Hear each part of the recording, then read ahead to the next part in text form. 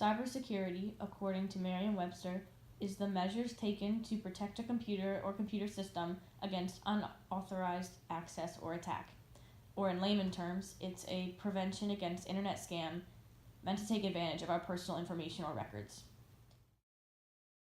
Many people may wonder where the history of cybersecurity began.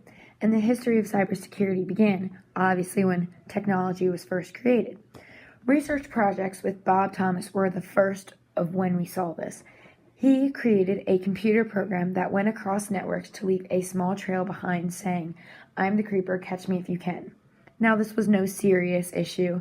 There were no social security numbers let out or credit card numbers or anything like that. But another man, Ray Tomlinson, created a replicating computer worm that was an antivirus that got rid of this creeper.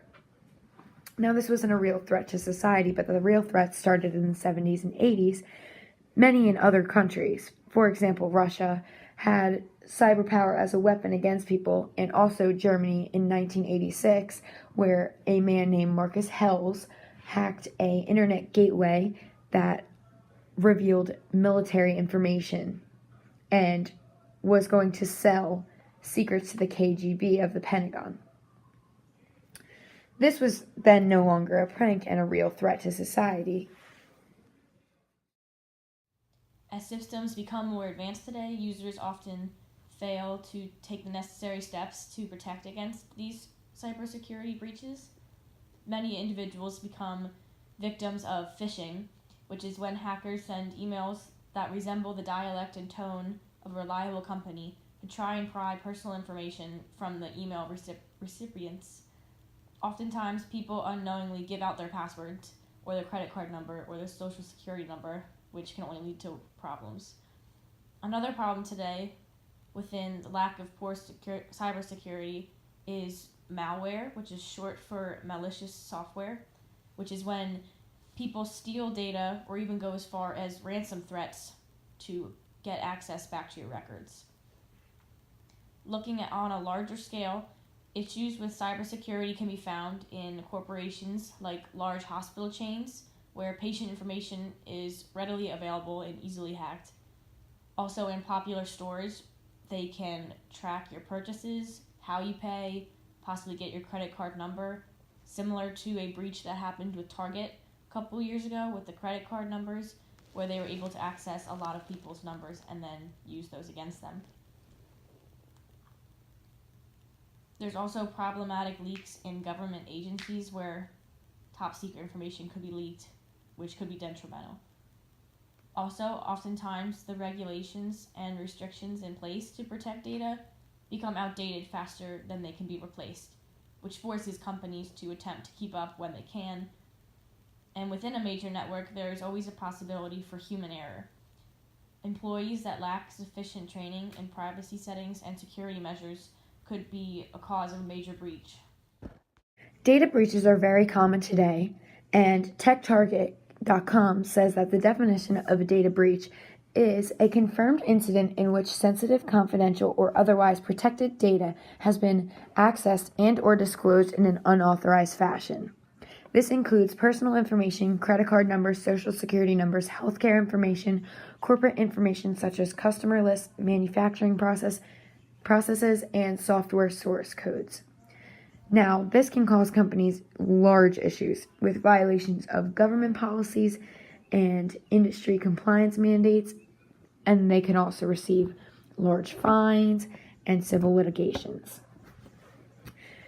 Now, a data breach can be as complex as a hacker hacking into a website and revealing this information, but it can also be as simple as a person looking over a person's shoulder on a computer that has confidential information on it.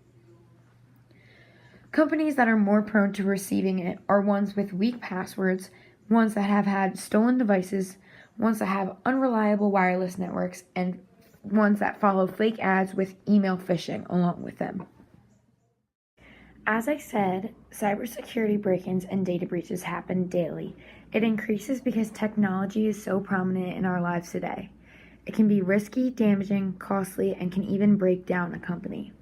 There are 3 huge examples in our world today. One being the Target incident that happened in 2013, where there was an $18.5 million settlement on cyber attackers. This was the largest settlement that there has ever been over a cyber attack. They gained access through a third party and stole credentials and customer information of 60 million people with credit card codes, card numbers, and many more.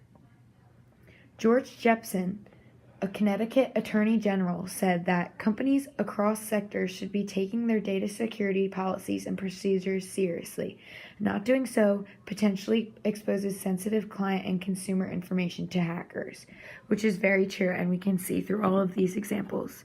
Another example is Yahoo in 2014 with 3 billion users breached, which was the biggest attack in history. There were compromised names, emails, birth dates, phone numbers, and it knocked $350 million off of their sale price. Another was in May of 2014 where eBay was hacked with names, addresses, dates of birth, and passwords all shown.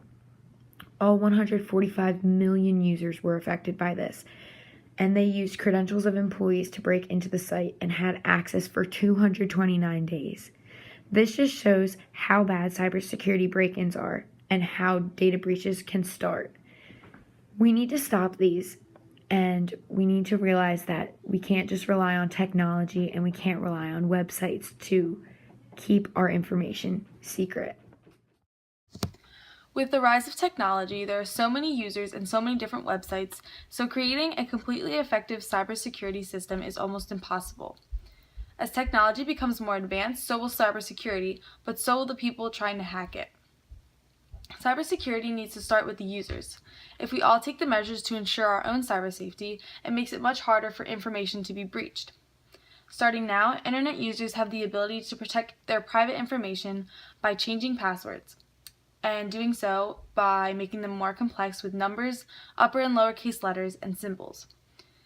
They can avoid using the same password for everything and installing applications on phones and computers which protect against viruses and dangerous websites. We need to be more careful when sharing personal information, such as credit card info, addresses, names, and phone numbers online, and make sure we are using legitimate websites. On a larger scale, companies should take measures to ensure their own cybersecurity for themselves and their consumers. They can properly train their employees to practice proper cyber hygiene and understand how to handle a situation where their cybersecurity is being breached. This may involve more time and money from the company in the short term to educate their employees, but can potentially save them millions by avoiding a cybersecurity breach. Larger companies and websites can incorporate two-factor authentication to make sure passwords and logins remain protected, which makes it a lot harder for hackers to reach their goal. Apple incorporates this process when you log in on a new device, as well as an app called Duo, which a lot of universities use to practice this two-step authentication. If more companies would take some extra time and some more money to start cybersecurity measures now, it will prevent them from wasting even more time and money in the future trying to recover from a cyber attack. So to reach our goal, we need to make users more aware of how easy it is to access private information online and how their information is truly out there. We need to educate the public more in depth so they know the signs of being hacked and how to fight back. We can also educate our students today by incorporating more computer science classes and educating them more on how cybersecurity works. This problem with cybersecurity not being secure enough needs to be changed. Each company has information that they want to keep safe. Some of these enterprises want and need to make higher security standards to ensure protection. Each of the links need to perform care routines where they store important information in private sections of their website where it isn't accessible to others. This will take up time to do, but the benefits will be worth the time it takes to secure your website from attackers. According to CSOonline.com, an attacker will always exploit the weakest link, and many attacks are easily preventable by performing basic security tasks Sometimes this is referred to as cyber hygiene. It's important for each enterprise to check and clean out their links for any data that they may have that they do not want others to see. The public and the government will want to comply if they know all of their information online will be secure. In 2014, the CISPA Act was passed, which is the Cyber Intelligence Sharing and Protection Act, and this was passed in the U.S. House. In the Senate, something was passed called the CISA, or the Cybersecurity Information Sharing Act.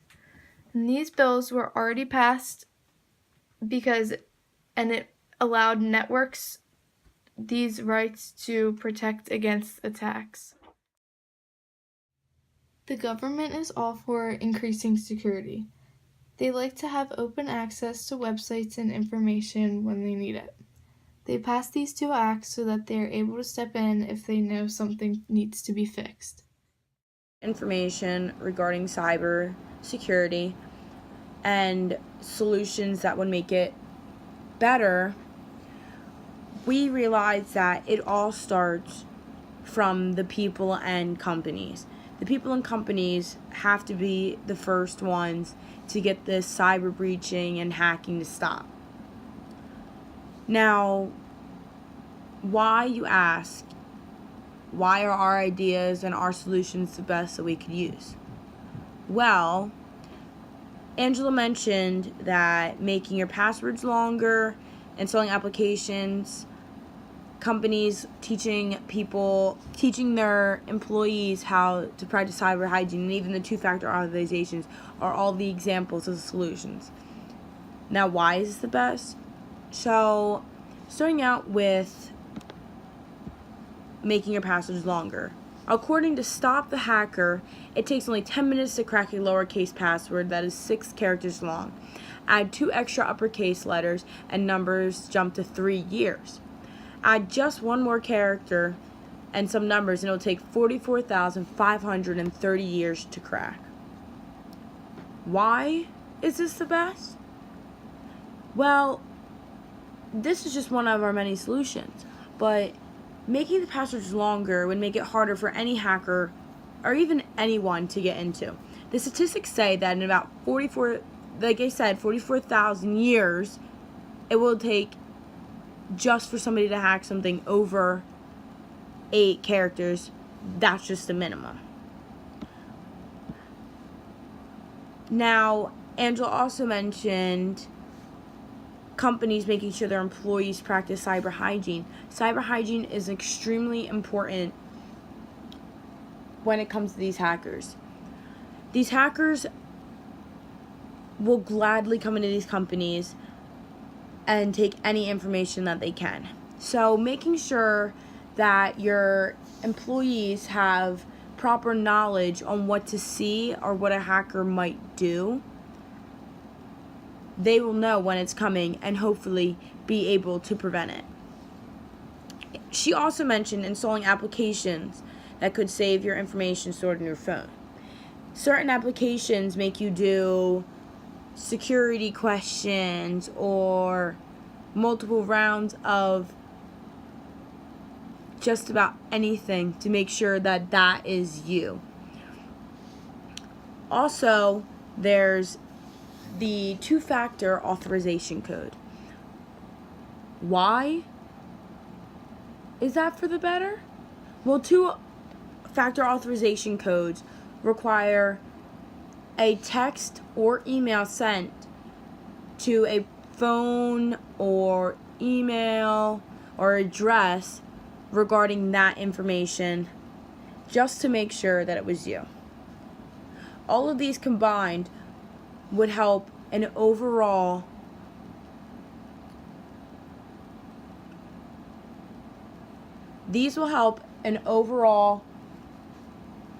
amount of people from being hacked or cyber breaching the companies. It is very safe. It is very effective. Although it might take some time and money to get it going, in the end, you're most likely going to save your company and people won't be as upset about losing their information to random people. They want them to go through the process of closing their credit cards down or losing their social security. It's just overall a better idea. Thank you.